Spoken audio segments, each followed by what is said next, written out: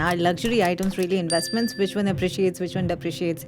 Most brands that are sold, you buy and the same day it'll be depreciated by 40%. But I said time is the most precious position that anybody can have. What advice would you give to to the audience? My secret to success has been, people speak about Rolex a lot. Not all Rolex models.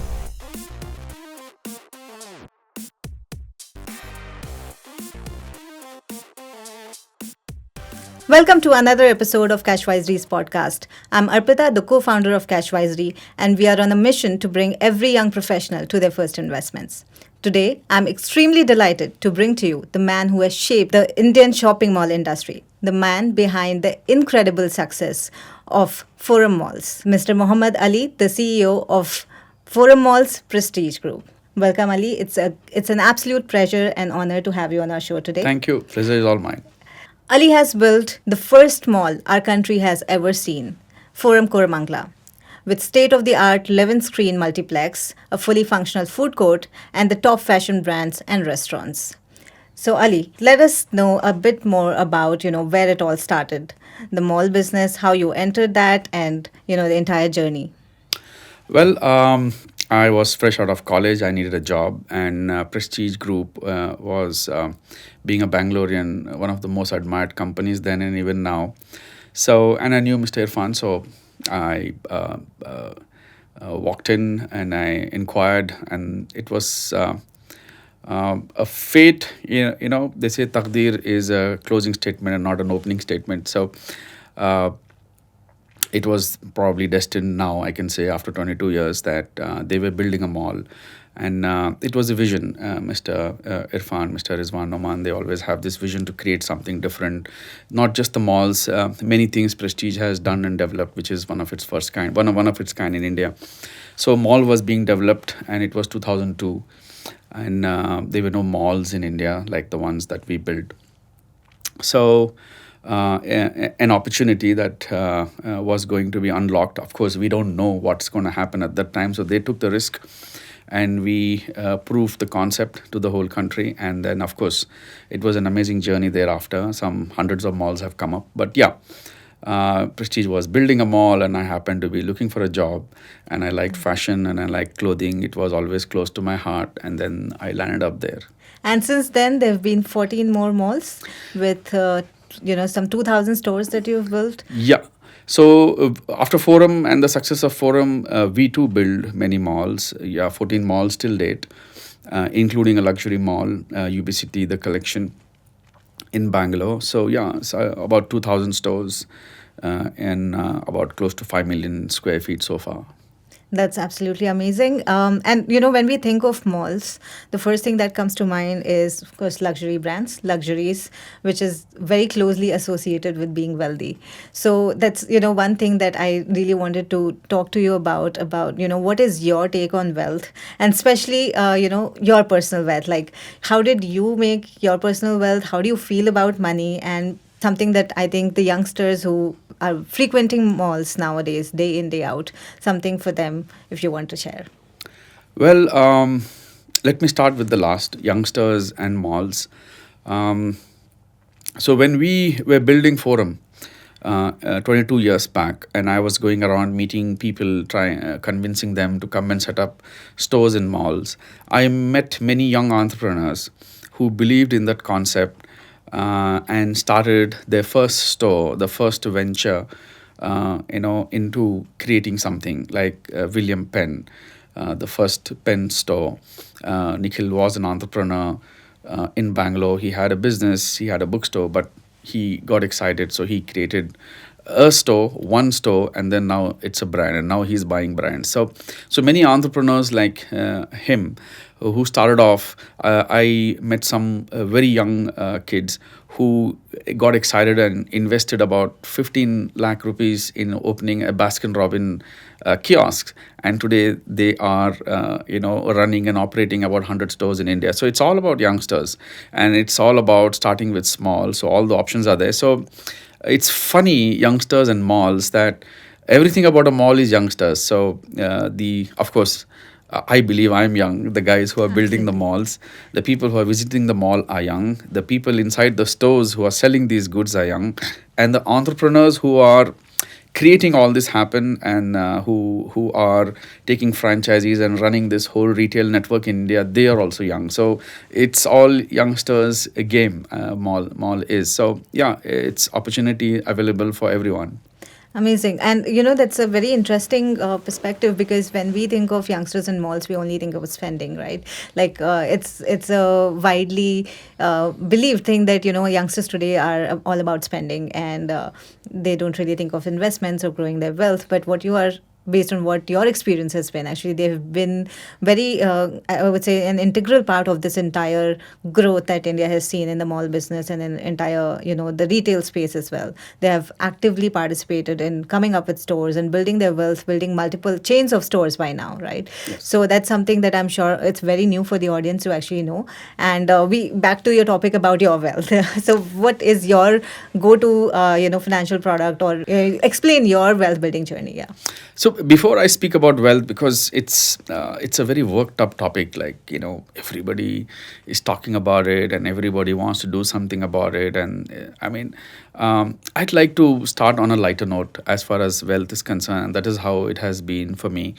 I think the greatest wealth is the time that you're alive, the time that you're here, the time that I spend with my family today.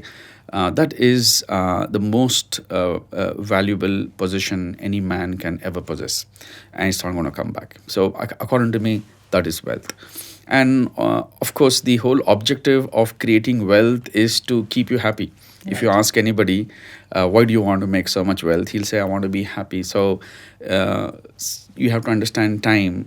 In order to be happy, times are in moments. So it's a feeling. So hence you feel it in a certain moment. So let's value time. That is wealth. Let's value happiness. That's why the whole purpose of wealth, because we always try to measure wealth in instruments, in certain valuations, in certain numbers. It's Yeah. not a number game, according to me. So wealth is things that are around you that help you enjoy life and help you build life. But at the same time, you need to have some currency as well. Yeah. So you're asking this question to a prestigian. Obviously, for me, real estate is something which is the undisputed mode of creating wealth.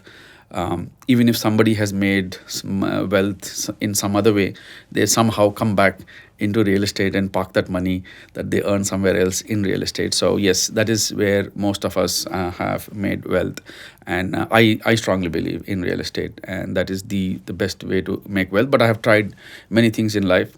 But there's one more aspect of wealth and investment that I would like to discuss. I'm sure you have discussed a lot. People have come and told you where to invest and all that. I don't want to get into that.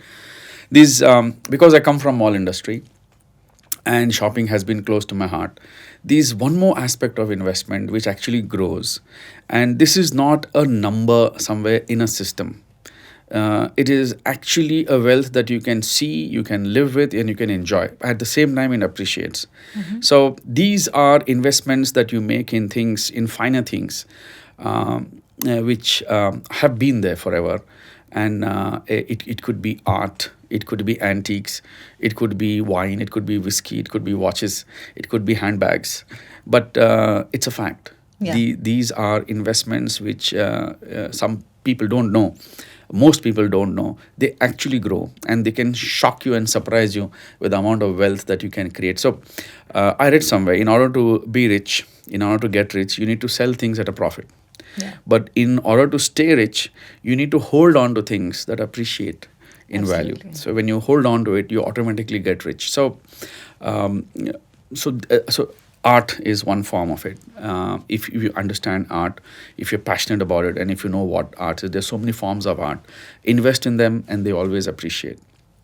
Then comes your antiques, collectibles, anything that has which is rare, which has history, a legacy, which has a story, of course. So it becomes collectible, and then the world is expanding, and then people are making money across. So people from China and going and buying all luxury goods and antiques Yeah. from Europe. I mean, who thought this would happen? I Yeah. mean, so it was Europeans who were going and taking art and collectibles from all over the world. Now the Now rest the of other the way world is around. going and buying it back Yeah. from the Europe. So hence art and antiques are very high value items, and if you start collecting them, you will see they appreciate. Next is what I also know about is wine and whiskey. They also appreciates rare whiskey. It of course it comes with the quality, the region, and how rare it is, and but then people hold on to it. People book it, they hold on to it, and that's also a commodity.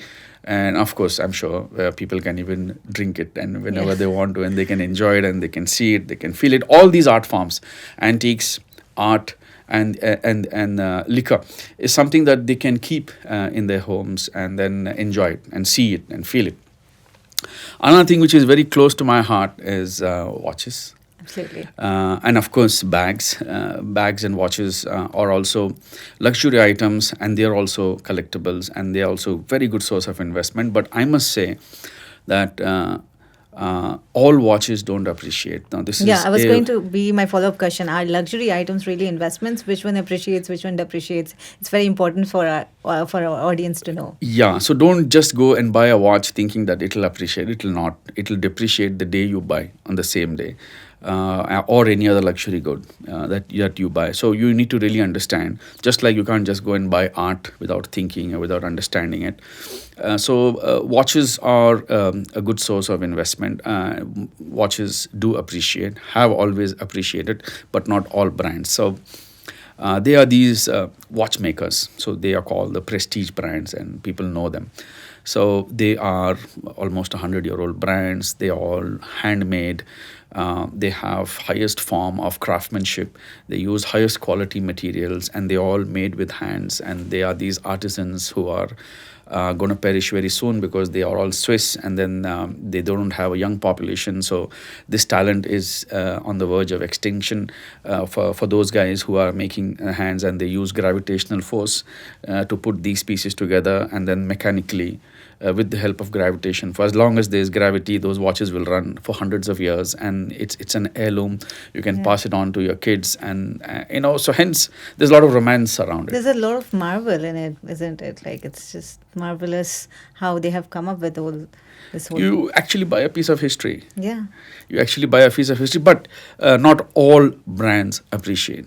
I mean, most brands that are sold, you buy, and the same day it'll be depreciated by 40%, and then you may still not find a buyer. So you need to really understand which brands are these, and then why they are so special. And within the same brands, not all models have the same value. So if you talk about, people speak about Rolex a lot. Not all Rolex models appreciate. There are a few Rolex watches which appreciate. So just like wine and whiskey, Yeah. not all brands and not all Yeah. appreciate. So you need to know. For each asset class, yeah. I think you need to have that depth of knowledge. Yes. So, personal question: are your watches an investment or it's a personal possession? It's a personal possession. I buy them for myself. I buy to enjoy and to live that moment or celebrate a particular moment. So for me, it's fun, and that's how I enjoy my And I time. would really like you to share about the Omega Moon watch that you have. So, so what happened was when US was in the race with, of course, Russia and other countries to be the first land the first man on moon. They thought that they need a watch because you need to see time. How would Yeah. you know that how much of oxygen you have in your cylinders? I mean, it was Yeah. decades ago, so Yeah. technology was not as advanced. So they need to see how much of oxygen and this and that, and so they needed a watch. So they invited a few companies. And from what I know, even Rolex was bidding for it, and they all started creating or designing a watch which can actually function on moon. Yeah. So, of course, NASA evaluated all options, and they chose Omega. Yeah. Because the lack of gravitation on moon, there had to be a very specific. Yes, a requirement. small changes had to be made. So, so it's Omega Speedmaster. So they made some changes. So, It's a manual wind because there's no gravitational force, because automatic watches were there but can't work on moon. Then the crystal that is there above the watch is usually a sapphire crystal, but what they installed there was a Hesalite crystal, because when a Hesalite crystal cracks, it doesn't breaks, it doesn't crack, it doesn't break into small pieces, so it holds together like a toughened glass. So then it's just stuck there. Of course, you can't see time anymore, which means it is shattered, but Yeah. it will not break into pieces, Yeah. because if the pieces shatter, then it might damage your gear. Yeah. And the third was, they came with this Velcro. So you tie it up, and then so that it's stuck, because the gear that you're wearing, of course, it's not your normal wrist. So there's a big suit that you're wearing, so it had to go on the suit. So hence, Right. so it gives you an option to wrap it based on the size. So these were the changes that they made, and it became famous. I think those three watches are still in NASA. What Neil Armstrong, Kurt Aldrin, Buzz Aldrin, I think these three gentlemen wore, and yeah, and then they still continue those watches. And you have one of those. And I think now they have stopped the Hesalite crystal manual wind. It's not available anymore. Thankfully, I bought it just before it went extinct. So they discontinued. I think, from the best of knowledge that I have and from my sources, the Hesalite crystal manual wind moon watch is not available for sale anymore. Yeah, I happen to have one, but yeah, that's the amazing. story. That's an interesting piece of story, I think, for our audience here. So we spoke a lot about alternative investment so far. Like what are the different forms if why when you have already created a sort of portfolio for yourself and you want to venture into that. But I would want to come back to the retail and the mall business and delve a little deeper into that. Like you mentioned, there youngsters. Involved in every aspect of mall business. It's been driven by youngsters. So any piece of advice or any strategy for youngsters to actually participate in that? How does this whole thing work? The ins and outs of the mall business. How can we get into let's say even having a retail space or a showroom or a shop? What is the ROI like? These kind of things. See, it all depends on how much you are willing to involve yourself. It's not about how much money you're willing to put in, but how much of your own time and your own space and your own thought, your own self, are you willing to invest apart from the funds? So if you don't have time, but you want to invest, the cheapest and easiest way to invest is invest into any of the REITs, the real estate REIT. So we are part of the REIT that we dilute our assets. We didn't sell them. We diluted our assets, and we are part of that REIT, Nexus Select Trust. So, and then maybe there'll be many more REITs which will be coming. So that's very simple. You can just buy as small quantity as possible, invest, and just leave it. That's one. Or invest in retail companies who are growing. They have been these powerhouses. They are growing. Trent is one of them, and then there are a few more who are listed. You can invest with them. I do. These are Indian fashion houses who are listed, and they are growing, and they have an amazing growth plan. So you can invest with them. This is small instruments that you can always invest in. But if this is without you giving your time. Right. But if you're willing to invest your time and get engaged fully, then there are many more options where you get into a direct business association. So you have to choose which product, because there are multiple products that are being sold or sold from a mall. Electronics is a different world altogether. The margins are very thin, but the turnover is very high. So they do a few crores a month in sale, but they get only 4-5% of that sale value as their gross profit. So hence you have to. So it's the volume game and not because the margins are very less. So it's just the volume game. So that's how that industry works. And then if you want to get into fashion and apparel, then the margins are very high, 35 going up to 40%.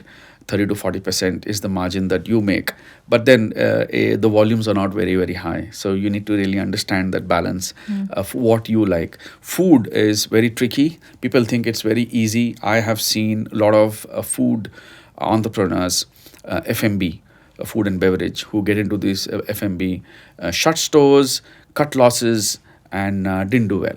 So because you have to understand that when it comes to consuming food, people are uh, very passionate about it. Like, people come to enjoy it, and that is something that they immediately judge whether it was good or not good. So there's a certain expectation that they come with, and then they want it in a certain way. And if that is not transferred consistently, if you don't meet that expectation consistently, if you don't first know what the expectations are, and then don't meet those expectations consistently at a certain cost, so that you can still make a profit. Yeah. So hence it's very challenging. So hence it can just change in a day. So what food and the chef that you have and all the ingredients that you have, if those ingredients change, then that whole experience changes. So it's a very tricky business. It's all about consistency. First, about knowing what you want to deliver, where you want to play, and then maintaining that consistency, and then of course keeping your costs under control. Food is a very highly engaging business, that because apparel is more consistent. So there are these brand houses, whether it is shoes or jeans, so they know what it has to be like. They design it. They have global offices, they design it, and those will reach your store as and when your stocks are sold, they replenish. So there's nothing much for you to do. So you have a team, and then you have this investment, the stocks come, they get sold, the replenishment comes. There's nothing for you to do there unless you're running your own brand. So this is what I'm talking about, franchisee. So if you have taken a franchisee of a Levi's, so there's nothing much. Yeah. So investment is secure, you do make money. Of course, you need to know how to sell, how to keep your costs low. But if you do that, then you don't have to worry about stocks and designing. But as far as food is concerned, you have to really get into it. You have Yeah. to really understand it. It's a lot of effort. So franchisee is one option, where you take a franchisee of an existing brand. Even KFC is franchised, McDonald's is franchised, coffee shops are franchised, a Chai Point is franchised, a Cookie Man is franchised, a Baskin Robbins is franchised. You can go Yeah. as small as 100 square feet, or you can go up to a 20,000 square feet restaurant. You can go the franchise way, and then try that. But it's going to be tricky, because some franchisees work very well and some franchisees don't work very well. So you need to understand the business and you still drive. Apparel is more predictable, but if you're starting a new brand, there are many entrepreneurs that I know who have started new brands, and they have raised to 200 crores, 300 crores, 400 crores per annum sale in just 2 years. I mean, that is shocking. Remarkable, yeah. It's so how these brands have got that niche. They call them D2C brands. They were online before, now they have become offline. So how they have raised, while I know 20-year-old brands struggling to reach 100 crores. Yeah. These youngsters, and there's not one, but there are 3-4 brands who have just come in last 1-2 years, and they have raised to 100 crores in revenues in Yeah. India. So it is all about how much you are willing to engage, how much you are willing to know. I know about a very successful Turkish restaurant brand. These kids, they come from, the family business is different. They went to Turkey, they lived there for a few months, tried to understand what that is, but they didn't want to depend on a chef. They didn't want to get a chef, and if the chef goes back, then the game is changed. Yeah. So they learned it themselves, Wow. and now consistently they are opening and maintaining that taste. And now they have Now about that's a 5 to dedication. they have 5 to 6 Yeah. restaurants chain now, and they are going all out. They might open few more. So it's all about the how much you're willing to engage. And if you're willing to engage, world is the option. You can choose to do a small one, big one. It all depends. And what could be the starting ticket size? Let's say you want to just go for a kiosk, if not an entire store. About 10 to 15 lakhs. 10 to 15 lakhs. 1 you to can get 1.5 started. million rupees, you can actually get something started in a mall, in a small kiosk. And then, of course, how you run it, how you plan it, it depends thereon. Interesting. And since we are on the topic of investing in retail stores, again, personal question, you have had definitely a spectacular career to finally becoming a CEO today, which we will get into later. But were you ever tempted to just like start your own stores, or, get into the business yourself? Well, making 14 malls was not easy. There's so much that goes in opening a mall, and opening 200 stores per mall. There was no time to think. And of course, it's a choice. I think mall is a bigger game than a store. So hence I enjoy doing this. And then the joy for us is when mall does well. When people come, people spend, and mall is doing well, and then the business is growing. I mean, that's an amazing joy to have. Like I said, I mean, my theory about wealth is very different. It's how well the time is spent. So I had a good time Yeah, making I'm malls. sure. I'm sure. And when it comes to real estate, you are on the shopping mall side. So, any insights about if we are thinking of real estate investments, difference between residential real estate to commercial properties, the mall, shopping mall business, shopping complexes. Any insights there for our audience In terms of as REIT, an investment? as an investment in REIT, or It could be REITs or if even in a physical property, let's say. see, as far as physical properties are concerned, all are again coming at very different budgets. When you talk about retail, commercial, residential, they all come at very different ticket sizes. Yeah. So it all depends on what ticket size are you trying to engage in, and they all come with their own added risks and uncertainties. So malls don't sell space. Organized malls like ourselves, we don't sell space in shops. So there's a REIT, you can invest in REIT. There's a certain fixed return that you can expect, which is not more than 7 to 8%. But then there's consistency, and then of course the valuation will always be there. So, but if you want to own an asset in a mall, not possible. Even if some malls are selling you shops, don't buy, because the starter sold malls are not the future of Indian shopping consumption or Indian shopping industry. There are hundreds of starter sold malls who people have invested individually in stores and are shut. Wow. So at least 50% of these shopping complexes which have been built all over India, where shops were sold, are not operating. Because the retail game is very different. How people can come to malls. If you ask people which are your favorite malls, you'll only name malls. Even without asking, I'm telling you, you'll only name malls which are not sold, which are held by a certain entity. Actually. You'll speak about the malls that you'll see, a Forum and so on and so forth, or Phoenix or whichever. But you'll never speak about malls where it's starter sold. That starter sold means individual shops are sold to different entrepreneurs. You'll never go to that mall. You'll never like that mall. You'll never name that mall. So don't invest in retail as far as shopping complexes are concerned. But yes, the highest return in real estate investment would be a retail store on high street. But then there again, it comes with risks of the legality of it, and then the building permits, and then it's not everybody's game.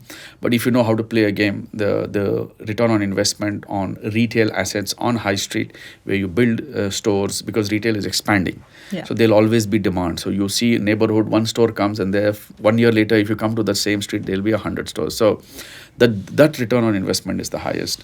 Of course, next is the commercial spaces, office spaces, which you can actually buy. Even from big builders now, they have always been selling. But then the ticket size is little large.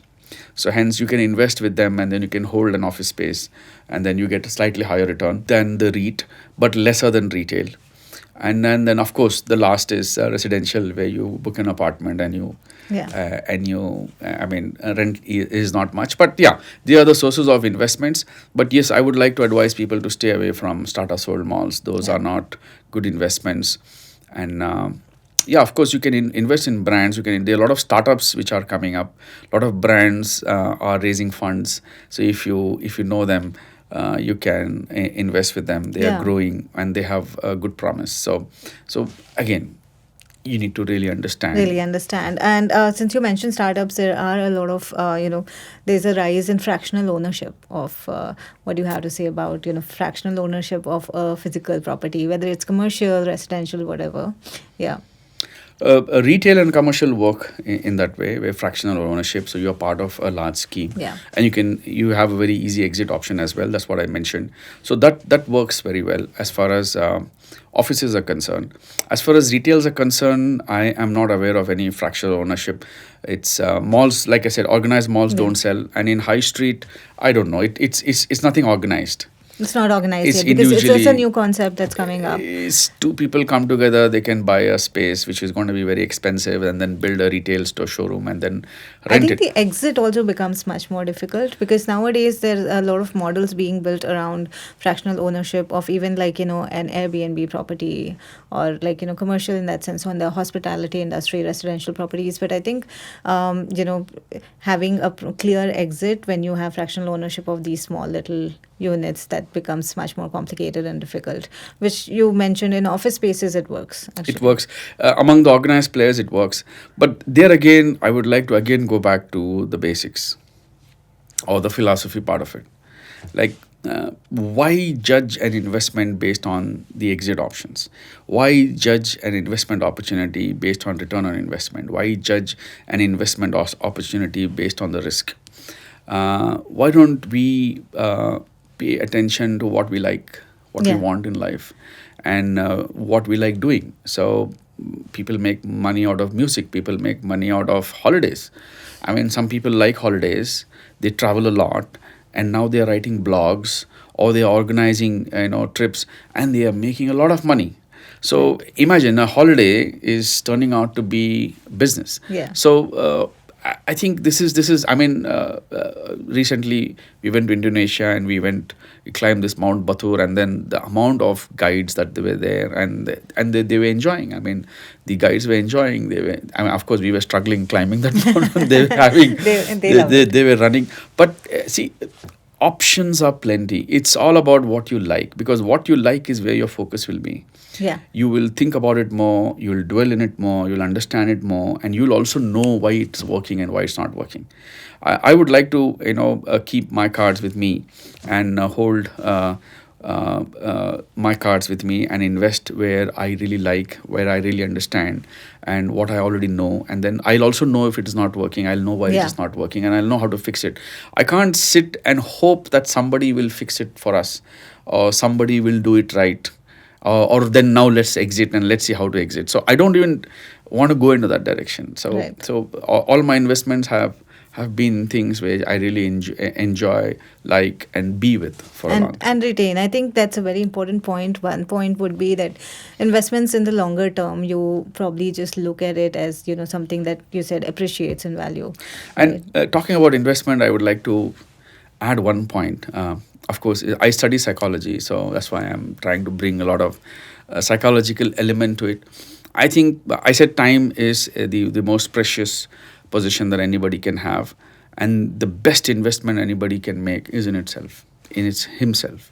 Yeah, yeah. That's the best I investment. absolutely was going to get into that next thing, because we would love for you to share your journey. And I'm sure, like, it's been spoken about a lot, but even for us, if you could share, this entire journey of 22 years in the mall business and to becoming the CEO today,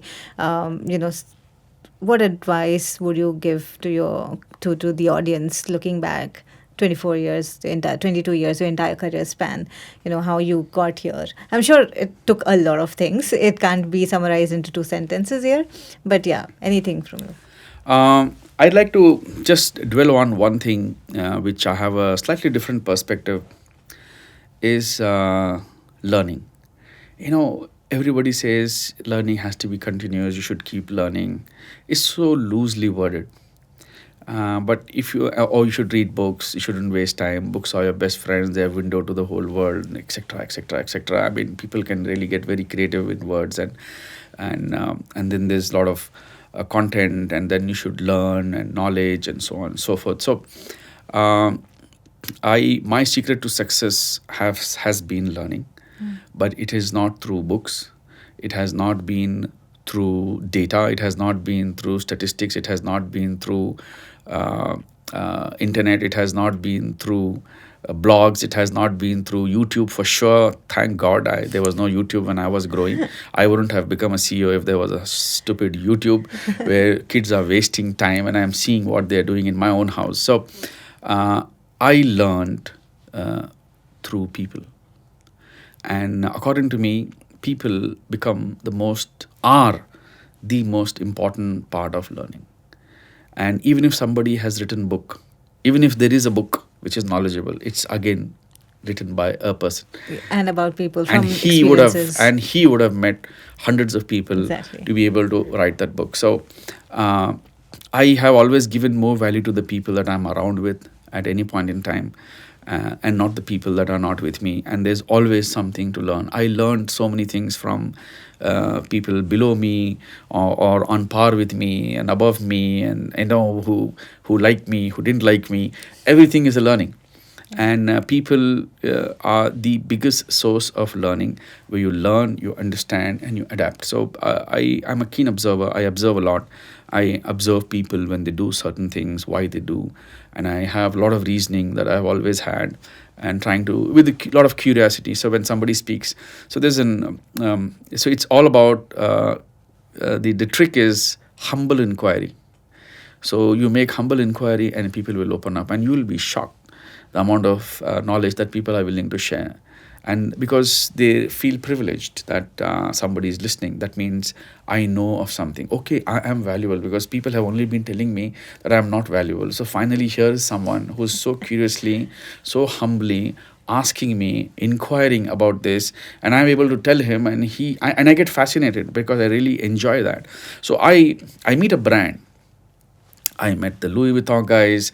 I met the Rolex guys. I met the Bata guys. I meet the high design guys. I meet people. I meet Timex guys, Titan guys. I met Rolex guys. I already mentioned. So uh, it's meeting with them and understanding what they have to say, what they have learned. So in luxury industry, these people are called brand ambassadors.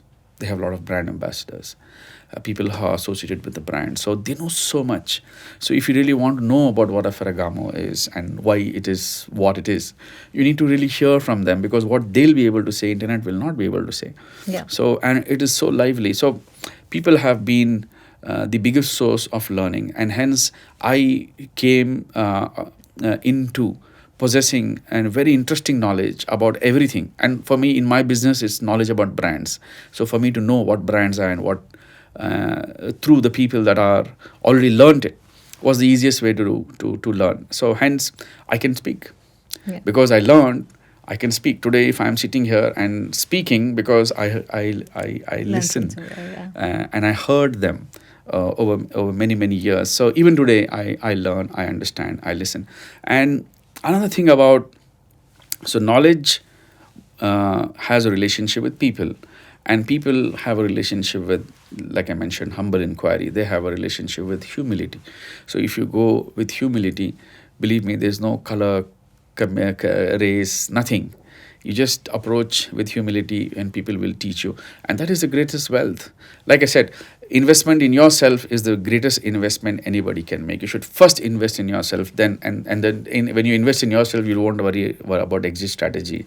You won't worry about risk. Absolutely. You won't worry about market Yeah. I dynamics, think because it's knowledge, and it comes with people. So travel, meet people, understand from people, allow them to speak, know from them, hear from them, value that, and then you will become something valuable.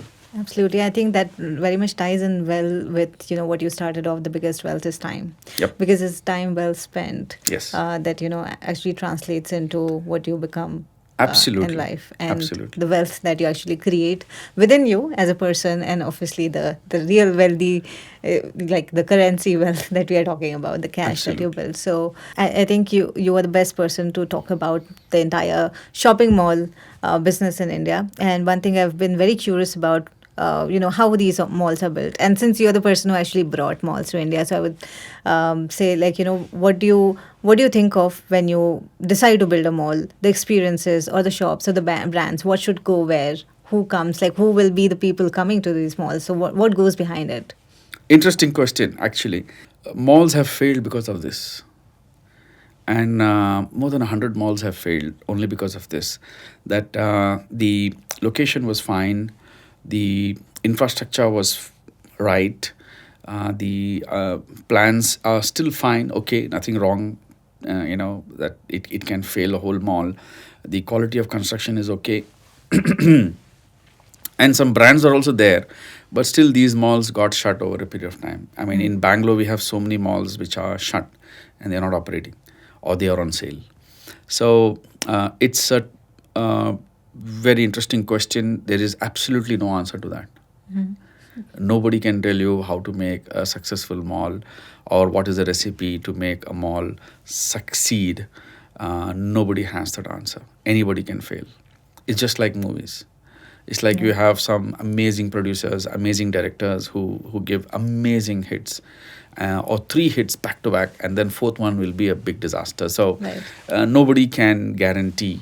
And then that's also to do with consumers. It's the consumers who decide the fate. In making of a movie, you do whatever you want to do behind the scenes. Nobody knows what you're creating. But when the movie is released, your fate is at the hands of general public. So they will decide what it is going to be. Same as with malls. So we can build malls. So it's a construction site. Which brand is in? Who's doing fit outs?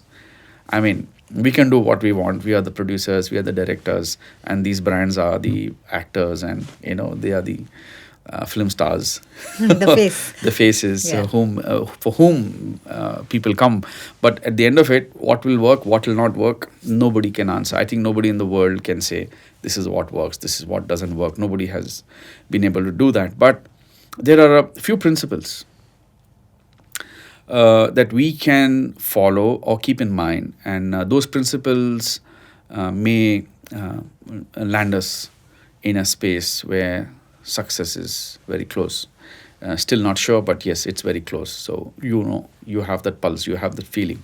So what we have to understand is mall is a local business. It's always about people.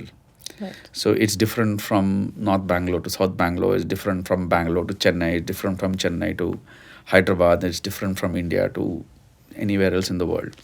So that's what we have to understand. It's a local business. It is very specific to the location in which the mall is being built. So what happens elsewhere doesn't really matter. So you should just forget about it. You should just focus on where the mall is being evaluated and where it is coming up. And if it is about the people there, so you need to understand the people. But the problem is, people themselves don't know what they will endorse and what they will buy and what Yeah. they will not buy. Yeah. Yeah. That's So the biggest when uncertainty, I believe, that. they don't know what they're going to do tomorrow. I don't know what I'll do tomorrow. You don't know what you're going to spend your money on next month. So Yeah. you don't know what will happen. So nobody has that answer. So hence there comes this gamification where you try to create scenarios and then try to visualize and imagine and then see whether this will work. At times, so nobody knew that luxury stores in Bangalore will do so well. We have a luxury mall, the only luxury mall in Bangalore, or the only luxury mall in whole of South India, the UBCT collection, and we have some very successful stores who are doing very well. Who knew that? And brands didn't know, we also didn't know, but we all believed in it, and then we tried it and it worked. So it's all about that. You have to try it. You can't be sure. But yeah, it's about people. It's about what people will like, not what people already like. So it's partly what people already like, and it's partly what people don't know what they will like. So it's a mix of Yeah. what they are doing and what they will do. So it can't be only what they are doing. Right, right. Then there's no surprise element to it. There's no magic to it. So would you say it's a complete risk or a calculated risk? Calculated risk. So something that this people will like, and then this also is something that they will enjoy, but they don't know that yet. So that's the element of surprise. That's when they fall in love with the place. Yeah. So it's not. It can't be all predictable, Right. but it can't be so experimentative that people are not able to connect. So hence it's taking safe bets, and then we also need to observe the consumption patterns. And one thing is for sure, that people will consume. When you bring people in a certain environment and if the environment is right, they automatically, magically spend money. That's the Diderot story Yeah. that we were speaking about. So the way we are is that given an option, we will spend. We are Right. born to spend, consume. We will Yeah. just consume. So you create that zone where people come together, and you create that comfort where people can spend a lot of time, and then consumption will automatically flow. So Right. that's how it is. So how you'll make them come regularly, how you'll make them stay for a longer period, and what are the interests that people can connect with. So one thing that we are trying to build in our malls, in upcoming malls, and in the mall that we've just opened, Forum South Bangalore, is culture. Wow, that's different. So, and there's a relationship with consumption, culture, consumption. Culture is what people like to celebrate, and people come out to celebrate life, celebrate culture, celebrate festivals, celebrate different reasons. And then in the midst of all that, consumption is happening. Yeah. So that's an interesting mix. So that's what it is. So when we created Forum Rex Walk, the first food mall in whole of Yeah. South India, I would say, the first food destination in whole of Bangalore, in heart of the city. When that property um, opportunity was presented to us, there were many options. We thought one was we'll do Indian designers. It's an option which I presented to the board, that there are three options. One is there are no Indian designers here, the Savyasachis and the Manish Malhotras and all these stores. They are not there in Bangalore. So Yeah. they are there in Hyderabad, but not in Bangalore. So we thought we'll create a destination of the Indian designers. That was one option. Second was beauty and cosmetics, with a lot of salons and spas and Sephoras and so on and so forth. That was another option.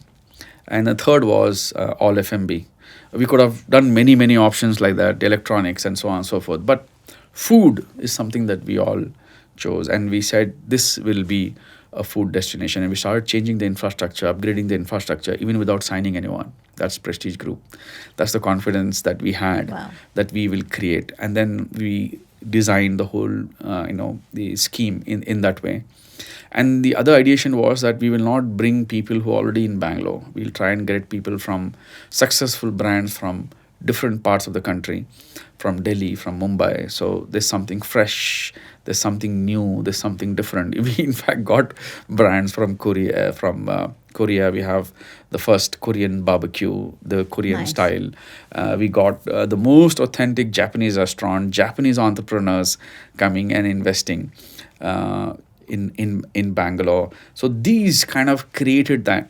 Yeah, and I think food and beverage is definitely thriving in Bangalore, given the melting pot that Bangalore is of different cultures, and food is, I think, an important part of every culture. People associate food with so many things: experiences, memories, culture, home, living abroad. Everything just comes together. So, was there any consumer insight specifically that made you decide food over beauty, or without before anything else? Is it that people value experiences more, people look at food more, or was it the frequency at which people spend on dining versus spending on apparels and beauty? All of this, because they Okay. are there. I mean, we see how people consume, what people consume, what is doing well, what is not doing well. So when I was leasing Forum Kormangla, there were 77 stores in Forum, and we had about 10 restaurants within that. So 67 fashion apparel and about 10 FMB. In and around Forum Kormangla now there are 300 plus FMB options, Wow. not inside Forum, Just but in the high around. streets. Yeah. 300 plus, and some 150 with liquor license. So you can see the potential that is there in FMB, and then the location demands it. Everything is there in heart of the city. All fashion brands are there, so there's nothing new that is going to be there in creating this. Designer wear could have been different, but then Bangalore is not a market that Indian designers are seeing as of now, for whatever reason. So food was a very interesting option. Now with the success of Forum Rex Walk, we have 15 restaurants there, with the 5-screen director's cut cinema, which is the best cinema experience in India as we speak. So this is what we have there: 15 restaurants, and it's 100% leased out, and the restaurants are trading very well.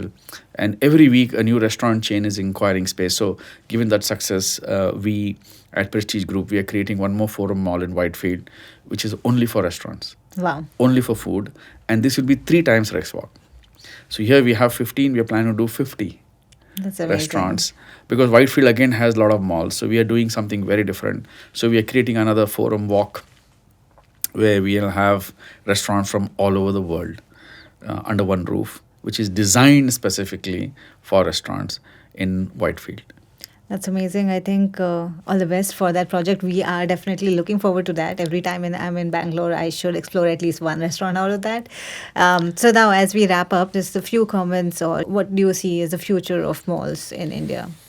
Well, we are the fastest growing as far as the middle class segment is concerned. Yeah.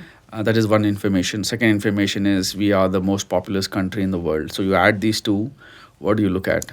So you have the largest population, which is growing fastest.